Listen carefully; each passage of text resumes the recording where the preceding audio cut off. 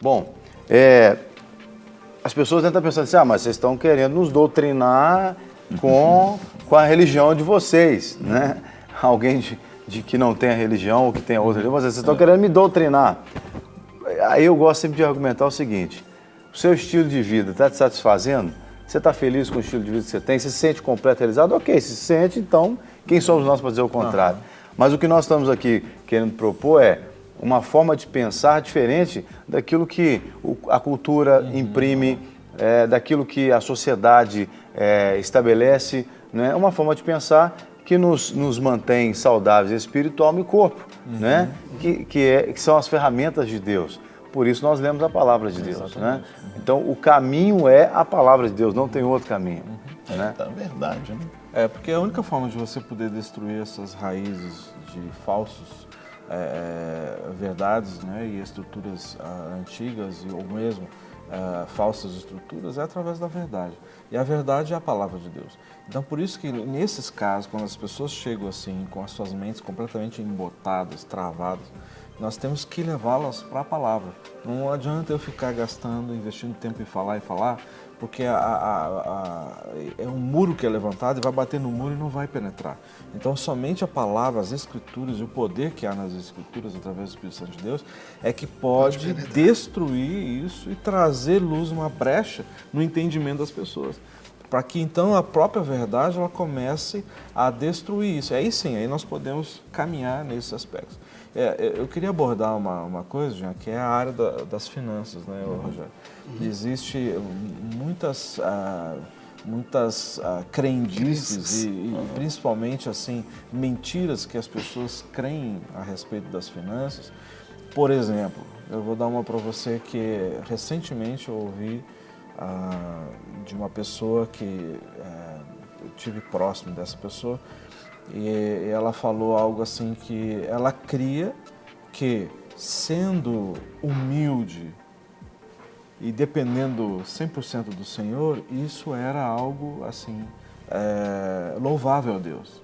Deixa eu explicar o que é que ela cria. Né?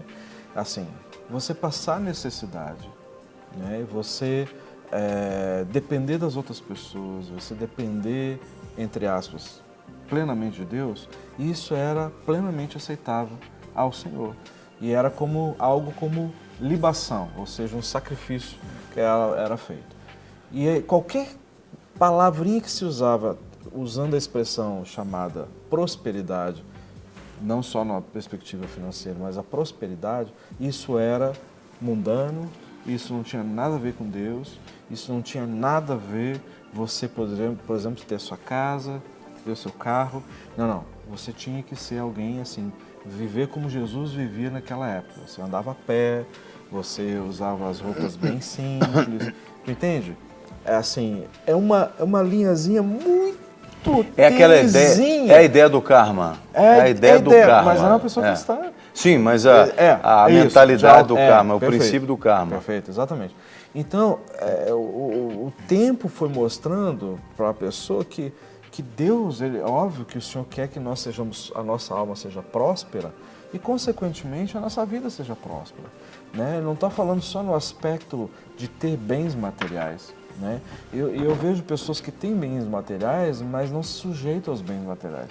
Elas fazem que os bens se sujeitem a ela e aos planos e os projetos de Deus.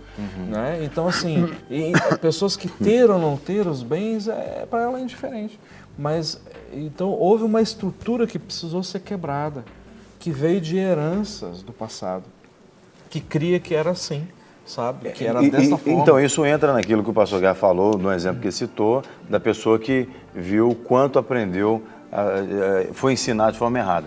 A gente está falando aqui que a Bíblia é o padrão, e etc., e é mesmo. Mas o que fazer quando as pessoas são ensinadas da forma errada com a Bíblia? Porque a gente fala, a Bíblia mas aí usam a Bíblia para ensinar errado. Até para justificar. Né? Todos nós que conhecemos casos assim. Um exemplo clássico foi uma telespectadora que ligou agora, eu me esqueci o nome, Neriberto, se você puder me lembrar o nome, se ela deixou o nome, não sei, aqui de Belo Horizonte, a telespectadora disse o seguinte, que ela aprendeu que a pessoa que adulterou, separou, a Heloísa que ligou, obrigado. a pessoa se separou, adulterou, está livre agora. E a vítima do adultério também está livre? Quer dizer, ela quer, é uma dúvida mediante uma situação que foi colocada para ela no ensinamento que ela recebeu. Ela tem essa estrutura de mente. Pode, não pode, o que é, o que não é, né? A Bíblia, mais uma vez, sendo usada para mostrar, muitas vezes, a questão de conveniência.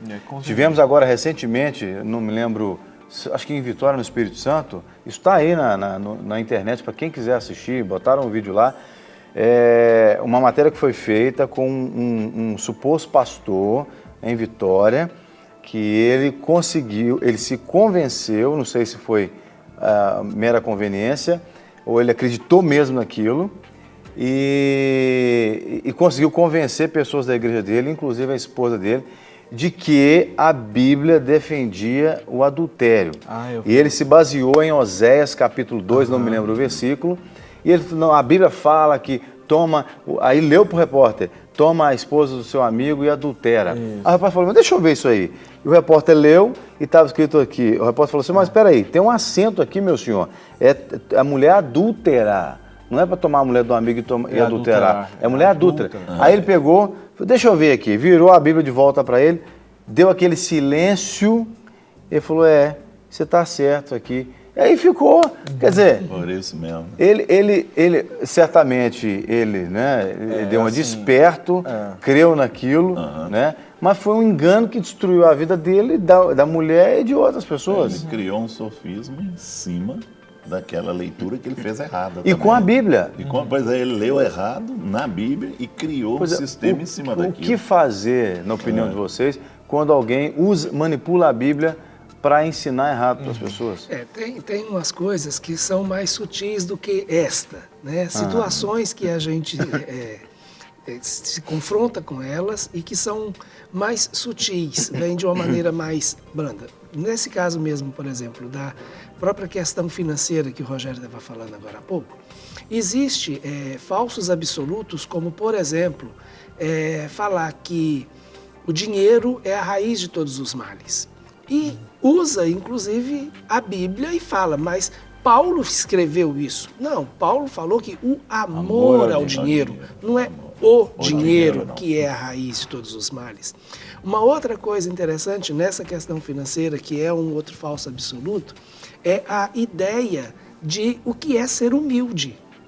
Ser humilde não significa ser pobre, porque nós temos pobres extremamente orgulhosos e por isso continuam pobres.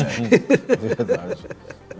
Né? Ser humilde, a pessoa pode ser rico, ela pode ter muito dinheiro e ser humilde, tanto diante das pessoas quanto diante de Deus. Então, humildade e pobreza não são as mesmas coisas. O próprio Jesus é um exemplo disso, era dono do universo e foi extremamente humilde. E viveu como humilde. Ele não viveu em ostentação, apesar de que não lhe faltou coisa alguma. Sim.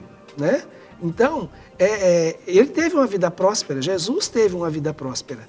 Não viveu em ostentação, era rico, mas viveu em humildade.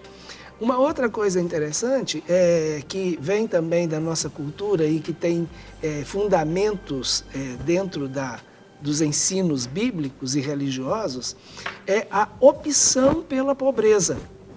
Então, quando nós fazemos uma opção pela pobreza, entendendo que a pobreza vai nos conectar a Deus, porque bem-aventurados são os pobres.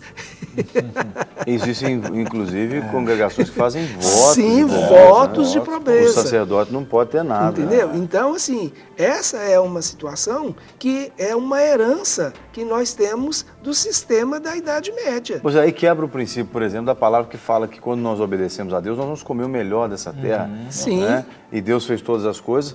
O Jardim do Éden é um exemplo disso. E deixou à disposição dos homens. Deu um mandato cultural, falou, ó, viva o que eu criei. Leite e mel, né? Exatamente. Como é que fica isso aí? Sempre de bênçãos. É sempre Deus. Então, as pessoas usam, por exemplo, aquela referência de Jesus com relação ao rico e o camelo passando pelo fundo da agulha, né? Que é mais fácil um camelo passar pelo fundo da agulha do que um rico entrar no céu. entrar nos céus. Então, eles entendem, né?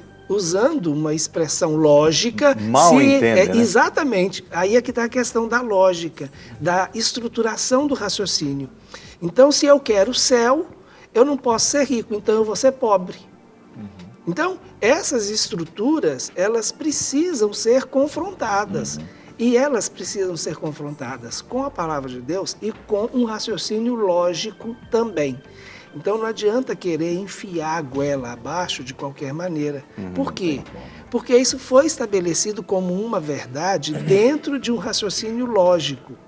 Então, ela precisa ser confrontada com a verdade, também por um raciocínio lógico. Então, esse é o ponto. Um outro sofisma que é colocado é o tal de meia mentira. Não existe, não. Existe mentira, é mentira. Mentira ou verdade? Não, é meia mentira, não tem esse Mentirinha, mentira branca, mentira santa. Mentira santa, aí você vê, isso tudo é sofisma. Entendeu? E a pessoa acaba engolindo. Inveja santa. É, inveja santa. Santifica tudo, tá bom, né? Tudo é puro pros mentira, puros, aí tudo santifica até a inveja. Inveja santa, onde tem isso? Não é? Então, são coisas assim que são criadas e a pessoa acaba levando isso como forma para a vida dela, né? E aí traz um problema grande, né? Então, vamos acabar com esse sofisma e eliminar isso aí. Eliminar isso em nome de Jesus. Bom, dentro do nosso bate-papo aqui, o Emanuel de Nova Friburgo, no Rio de Janeiro, ele escreve o seguinte: eu gostaria que vocês me dissessem acerca dos 10 mandamentos. Afinal de contas, ninguém segue à risca os 10 mandamentos.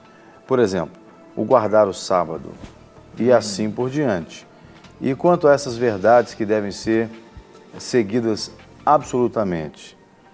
Então essa é a fala dele. Enquanto vocês respondem, eu vou conferir aqui a próxima participação. Tem um versículo para isso aí.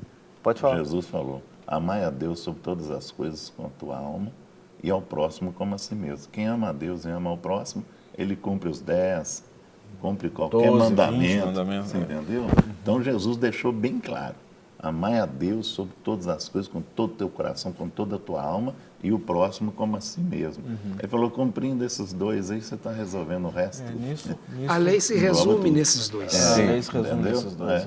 Porque se você cumprir esses dois, você não vai matar, você não vai cobiçar nada do não próximo, vai. Ama você não vai Deus. ter outro Deus, você não vai destruir nada daquilo que Deus criou. Porque se você ama a Deus acima de todas as coisas, você também está cumprindo a questão do sábado, porque Jesus é o sábado. Ele é o próprio. Ele é o Senhor do sábado. Senhor do né? sábado.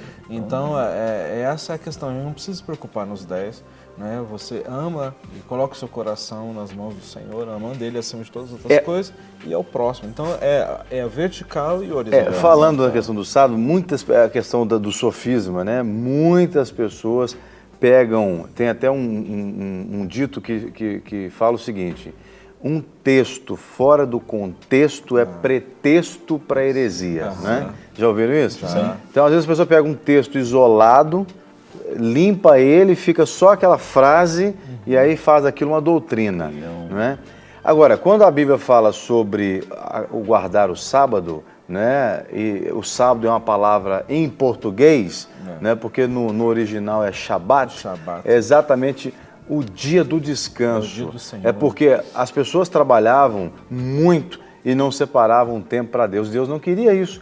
Deus queria pessoas que tivessem um tempo para trabalhar, mas tivessem um tempo para dedicar a Deus também, né? O nosso Shabat, a gente entende que deve ser todo dia nosso deve ser dedicado a Deus, inclusive na hora que eu estou trabalhando. Mas Deus é tão bom conosco que nos deu um dia para dedicarmos só para Ele, né? Para as coisas que nos edificam e que nos aproximam mais dEle.